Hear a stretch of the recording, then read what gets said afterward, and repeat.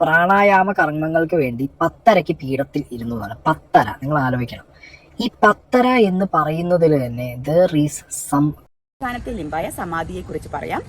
മനസ്സിന്റെ സ്വന്തം രൂപം ഇല്ലാതെ തന്നെ വസ്തുവിന്റെയോ.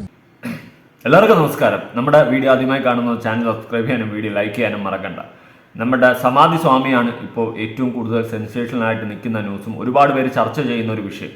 ഇതിന്റെ പിന്നിൽ ഒരു സത്യമുണ്ട്, അല്ലെങ്കിൽ ഇതൊരു സത്യമാണെന്നുള്ള രീതിയിലും കുറച്ച് കാര്യങ്ങൾ ഉണ്ട്. ഈ സമാധി എന്ന് പറയുന്ന സംഭവമുണ്ട്. പണ്ട് കാലത്ത് ഒരുപാട് ആൾക്കാർ സമാധി ഇരിക്കാറുണ്ട്, പ്രത്യേകിച്ച് മുനികളും ഋഷിയായിട്ടുള്ള ആൾക്കാരൊക്കെയാണ് ഈ സമാധി കാര്യങ്ങളൊക്കെ ഇരിക്കാറും. അങ്ങനത്തെ സംഭവങ്ങൾ, പ്രത്യേകിച്ച് ഈ സമാധി എന്ന് പറയുന്ന ഒരു സംഭവത്തിൽ പോയി ഇരിക്കുമ്പോൾ അവർ ഇരുന്ന പാടെ ഗുളികയും കഞ്ഞിയും കുടിച്ചിട്ടല്ല എണീറ്റിത് പോകുന്നത്. അതൊക്കെ അങ്ങനത്തെ കുറച്ച് വിഷയങ്ങളും കാര്യങ്ങളുണ്ട്. എന്തായാലും കുറച്ചധികം കാര്യങ്ങൾ നമ്മൾ ഈ വീഡിയോയിൽ എക്സ്പോസ് ചെയ്യുന്നുണ്ട്. പൂജാരിയായിട്ടുള്ള മകൻ പറയുന്ന കാര്യങ്ങൾ അത്യാവശ്യം നല്ല രീതിയിൽ ഫ്ലോപ്പായിട്ടുള്ള കേസാണ്. ഇവരുടെ ഈ ഒരു പ്രവൃത്തിയിൽ നിന്നും എനിക്ക് അത്യാവശ്യം മനസ്സിലായിട്ടുള്ളത്, ഈ അച്ഛൻ എന്ന് പറയുന്ന സ്വാമി എന്ന് പറയുന്ന ആ വ്യക്തിയെ ഒരു ദൈവമായി പ്രഖ്യാപിച്ച് അതുവഴി എന്തെങ്കിലുമൊക്കെ പൈസയും കാര്യങ്ങളൊക്കെ നേടാനുള്ള ഒരു കുറുക്ക് വഴി പോലെ എനിക്ക് പേഴ്സണലി ഫീൽ ചെയ്യുന്നുണ്ട്. ഈ മകൻ അത്യാവശ്യം പോറ്റി എന്ന് പറയുന്നുണ്ടെങ്കിലും അല്ലെങ്കിൽ പൂജാരി എന്ന് പറയുന്നുണ്ടെങ്കിലും അവൻ അത്യാവശ്യം നേരെ ചോ കാര്യങ്ങളൊന്നും അറിയത്തില്ലെന്ന് പറയാനുള്ള കാര്യം, ഇവൻ സമാധി എന്ന് പറഞ്ഞ് അവിടെ കിടന്ന് ഘോര പ്രസംഗിക്കുന്നു, ഘോര കിടന്ന് നിലവിളിക്കുന്നുണ്ട്. മനുഷ്യ ശരീരത്തിൽ എത്ര ചക്രം ഉണ്ടെന്നെങ്കിലും അറിയാവുന്ന ഒരു വ്യക്തി ആയിരിക്കണം ഈ സമാധി ഇതിനെയൊക്കെ പറ്റിയിട്ട് സംസാരിക്കാൻ നിൽക്കേണ്ടത്. ഇവൻ പറയുന്ന കാര്യങ്ങളിൽ നല്ല പോലെ ഫ്ലോപ്പാണ്. ഫ്ലോപ്പ് എന്ന് വെച്ച് കഴിഞ്ഞാൽ ഒരു തേങ്ങ അറിഞ്ഞുകൂടാതെ സംസാരിക്കുന്ന രീതിയിലാണ് കാര്യങ്ങൾ പറഞ്ഞു വെക്കുന്നത്. എന്തായാലും ആദ്യം തന്നെ ഒരു കാര്യം നമുക്കൊന്ന് നോക്കാം. 10:30 അച്ഛൻ അവിടെ പറഞ്ഞത്. ഈ പ്രാണായാമ കർമ്മം തുടങ്ങുന്നതിന് 10:30 അച്ഛൻ ഇരുന്നു. ആ പത്മപീഠത്തിൽ 10:30 ഇരുന്ന് പ്രാണായാമം പൂർത്തിയായി. അതായത് 10:30 പ്രാണായാമത്തിന് പൂർത്തിയാകാൻ വേണ്ടി അതോ പീഠത്തിലൊക്കെ ഇരുന്നു എന്നാണ് ലവൻ ഇവിടെ പറഞ്ഞു വയ്ക്കുന്നത്. അച്ഛൻ എന്ന് പറയുന്നത് സ്വാമിയാണ് പറയുന്നത്. സ്വാമി എന്ന് പറയുന്ന വ്യക്തി ഇയാൾ ഒരു കൂലിപ്പണിക്കാരനായിരുന്നു എന്നും നാട്ടുകാർ പറയുന്നുണ്ട്. 2 വർഷത്തോളം കിടപ്പിലായിരുന്നെന്നും പറയുന്നുണ്ട്. കിടപ്പിലായിരുന്ന വ്യക്തി പെട്ടെന്ന് ഒരു ദിവസം എണീറ്റ് വന്നിട്ട് BP-ക്കുള്ള ഗുളിയിൽ നിന്ന് ഷുഗറിനുള്ള ഗുളിയിൽ നിന്നും കൊണ്ട് കഞ്ഞിയും കുടിച്ചും കൊണ്ട് പോയി സമാധി ഇരുന്നെന്നാണ് പറഞ്ഞു വയ്ക്കുന്നത്. എന്തായാലും ഇപ്പം 10:30 കേസ് പറഞ്ഞല്ലോ, 9-ാം തീയതി എങ്ങാണ്ടാണ് ഇങ്ങനെ സമാധി ഇരുന്നത്. ഈ 10:30 കേസുമായി റിലേറ്റ് ചെയ്തിട്ട് നമുക്ക് ഇതിന്റെ സയന്റിഫിക് വശം, അതായത് സമാധി ഇരിക്കേണ്ട സമയവും കാലവും തീയതിയും ഒക്കെ ഒന്ന് വെരിഫൈ ചെയ്ത് നോക്കാം. പ്രാണായാമ കർമ്മങ്ങൾക്ക് വേണ്ടി 10:30 പീഠത്തിൽ ഇരുന്നു എന്നാണ്. 10:30 നിങ്ങൾ ആലോചിക്കണം. ഈ 10:30 എന്ന് പറയുന്നതിൽ തന്നെ there is some complications. ജനുവരി 9 ദിവസത്തിലെ അശുഭകാലം സമയം എന്ന് പറഞ്ഞ 2 കാര്യങ്ങളുണ്ട്. അതായത് ഒരാൾ സമാധിയിലേക്ക് പോകുമ്പോൾ അത് അശുഭകാലത്തോ അല്ലെങ്കിൽ അശുഭ സമയത്തോ പോയില്ല. അയാൾക്ക് സമാധി ആവുക എന്ന് പറഞ്ഞാൽ പുണ്യമാണ്. അയാൾ ബ്രഹ്മത്തിലേക്ക് പോവുകയാണ്, മനുഷ്യനിൽ നിന്ന് മാറി ബ്രഹ്മമാവുകയാണ്. ഓക്കെ, അങ്ങനെയാവുമ്പോൾ ഈ 9-ാം തീയതി എപ്പോഴാണ് ഈ പറഞ്ഞ അശുഭകാലം എപ്പോഴാണെന്ന് നോക്കിക്കഴിഞ്ഞാൽ നിങ്ങൾക്ക് ഇവിടെ ലിസ്റ്റ് ചെയ്തിട്ടുണ്ട്. Rahukalam, യമകണ്ഠകാലം, ഗുളികകാലം.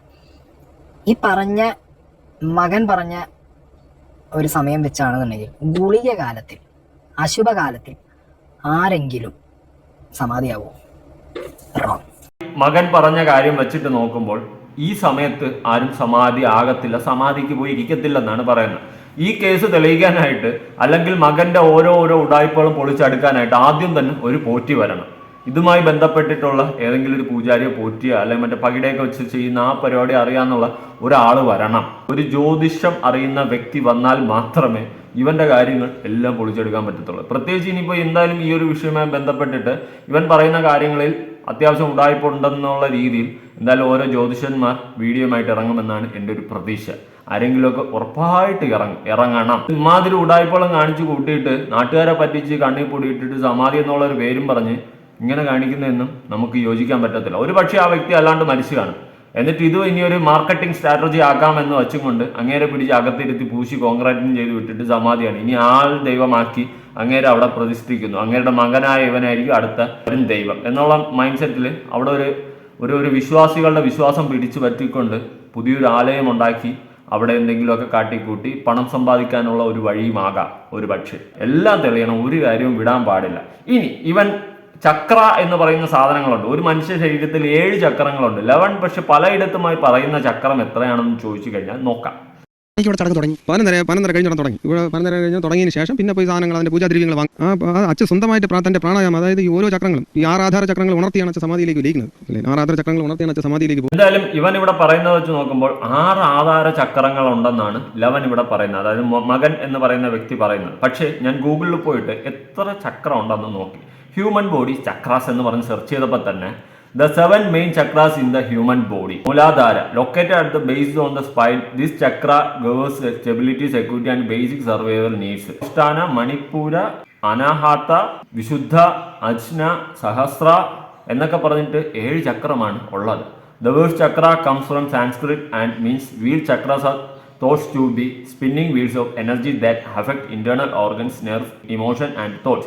When chakras are blocked by stress or negative energy, it can lead to physical pain, anxiety, depression and other health issues. എന്നൊക്കെ പറഞ്ഞിട്ട് ചക്രയെ പറ്റിയിട്ട് ഒരുപാട് കാര്യങ്ങളുണ്ട്.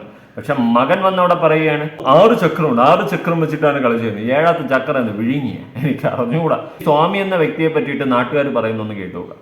സ്വാമി എന്നാണോ അദ്ദേഹത്തിൽ? അത് സ്വാമിയാണോ അതോ വേറെ എന്തെങ്കിലും? അദ്ദേഹം അങ്ങനെ ഒരു പ്രോപ്പർ സ്വാമി അല്ല. അദ്ദേഹം ചുമട്ട് തൊഴിലാളിയാണ്. ചാറലൂർ മാർക്കറ്റിനകത്ത് ചുമട്ട് തൊഴിലാളിയാണ്. അവിടെ യൂണിയനിൽ ഉണ്ടായിരുന്ന ആളാണ്. ചുമട്ടെടുക്കുകയൊക്കെ നന്നായി ജോലി ചെയ്യുന്ന ആളാണ്. യൂണിയനിൽ ഉണ്ടായിരുന്ന ഒരു ചുമട്ട് തൊഴിലാളിയാണ് ഈ വീട്ടുകാരെല്ലാം കൂടി ചേർന്ന് സ്വാമിയാക്കി മറ്റേ അകത്തുകൊണ്ട് ഇരുത്തി കുടിയിരുത്തി സംഭവങ്ങൾ സെറ്റ് ചെയ്ത് വെച്ചിട്ടുള്ളത്. ഇനി പുതിയൊരു ദൈവമാക്കി പ്രഖ്യാപിച്ച് അവിടുത്തെ ആൾക്കാരെ പറ്റിച്ച് ചോറ് തിന്നാനുള്ള ഒരു സ്ട്രാറ്റജിയാണ് എനിക്ക് കാണാൻ സാധിച്ചിട്ടുള്ളത്. സീരിയസ്ലി ആ സാധനം കുത്തി തുറന്നിട്ട് നോക്കണം, സമാധിയാണോ സമാധിയാക്കിയതാണോ എന്ന് അപ്പോഴത്യാവശ്യം നല്ലപോലെ മനസ്സിലാവും. എന്തായാലും നാട്ടുകാരെ പറ്റിച്ചും കൊണ്ടുള്ള ഒരു പരിപാടി തന്നെയാണ് ഇതെന്നാണ് മനസ്സിലാക്കാൻ പ്രാഥമിക റിപ്പോർട്ടിൽ നിന്നും മനസ്സിലായിട്ടുള്ളത്.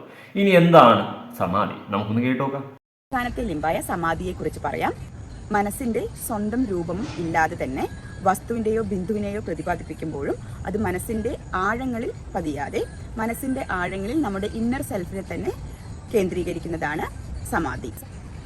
മനസ്സിന്റെ സ്വന്തം രൂപം പോലും ഇല്ലാത്തതുപോലെ വസ്തുവിന്റെയോ സ്ഥലത്തിന്റെയോ ബിന്ദുവിന്റെയോ സാരാംശം മാത്രം മനസ്സിന്റെ മുൻവശത്ത് സൂക്ഷിച്ച് ആഴത്തിലുള്ള ആഗിരണത്തിനെയാണ് സമാധി എന്ന് പറയുന്നത്. സമാധി എല്ലാ സ്ഥലങ്ങളിലും ഒരു പ്രത്യേക വസ്തുവിന് കീഴടങ്ങുകയും ആ വസ്തുവിൽ തന്നെ ലയിക്കുകയും കൂടി ചെയ്യുന്നു.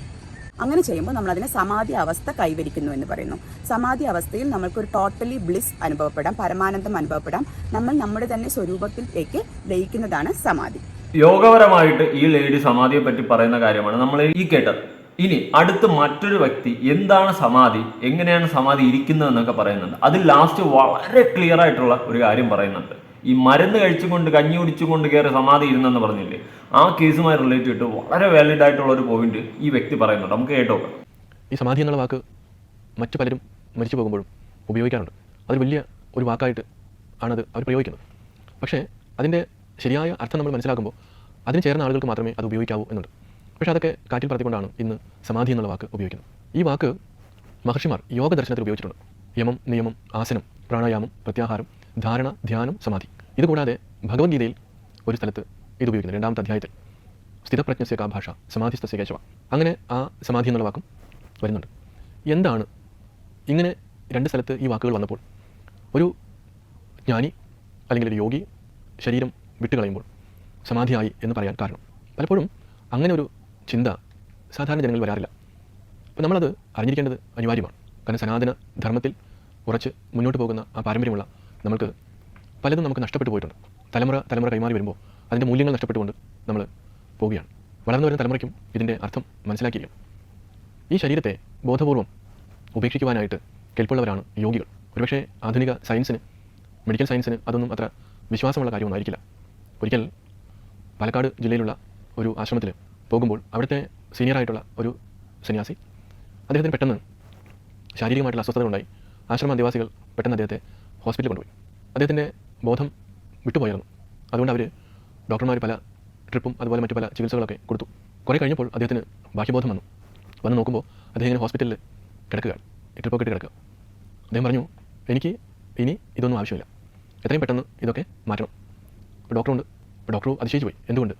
അദ്ദേഹം പറഞ്ഞു, എനിക്ക് മറ്റന്നാൾ ശരീരം ഉപേക്ഷിക്കുവാനുള്ളതാണ്, അതുകൊണ്ട് ഇനി ഒരു മെഡിസിനും ഈ ശരീരത്തിലേക്ക് അപ്ലൈ ചെയ്യരുത്. അതായത് സമാധി ഇരിക്കാൻ പോകുന്ന ഒരു വ്യക്തി ഹോസ്പിറ്റലിൽ വെച്ചിട്ട് ഇനി മറ്റന്നാൾ എനിക്ക് സമാധി ആകാനുള്ളതാണ്, എൻ്റെ ശരീരത്തിൽ ഒന്നും പ്രയോഗിക്കരുതേ, മരുന്നും മെഡിസിനും വെള്ളവും ഒന്നും വേണ്ട.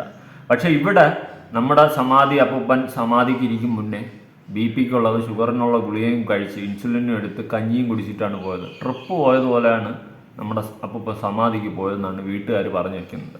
അവിടെ തന്നെ സാധനം പൊളിയുകയാണ്. എന്തായാലും നല്ല 1ാം തരം രീതിയിൽ അതങ്ങ് പൊളിയുകയാണ്. ഇനി എന്താണ് സംഭവിച്ചതെന്ന് ഇവരെ പറയുന്ന തന്നെ പോലീസുകാർ സാധനം അങ്ങ് തൂക്കിയെടുക്കുക. ഇവരിപ്പോഴും പിടിച്ചു നിൽക്കുന്ന ഒരു ഫാക്ടർ മതം. ദൈവത്തിൻ്റെ പേരും പറഞ്ഞ് മതം എന്ന് പറയുന്ന ഒരു സാധനം അവിടെ ഇട്ടിട്ട് രണ്ട് ചേരി തിരിഞ്ഞിപ്പോൾ നിൽക്കുകയാണ്. ഒരു പറ്റം ആൾക്കാർ ഇവർക്കെതിരെയും ഒരു പറ്റം ആൾക്കാർ അവർക്ക് സപ്പോർട്ടുമായിട്ട് നിൽക്കുന്നു. എന്തായാലും അവർക്ക് സപ്പോർട്ടായിട്ട് നിൽക്കുന്ന കുറച്ച് ടീംസ് നമുക്കൊന്ന് കാണാം.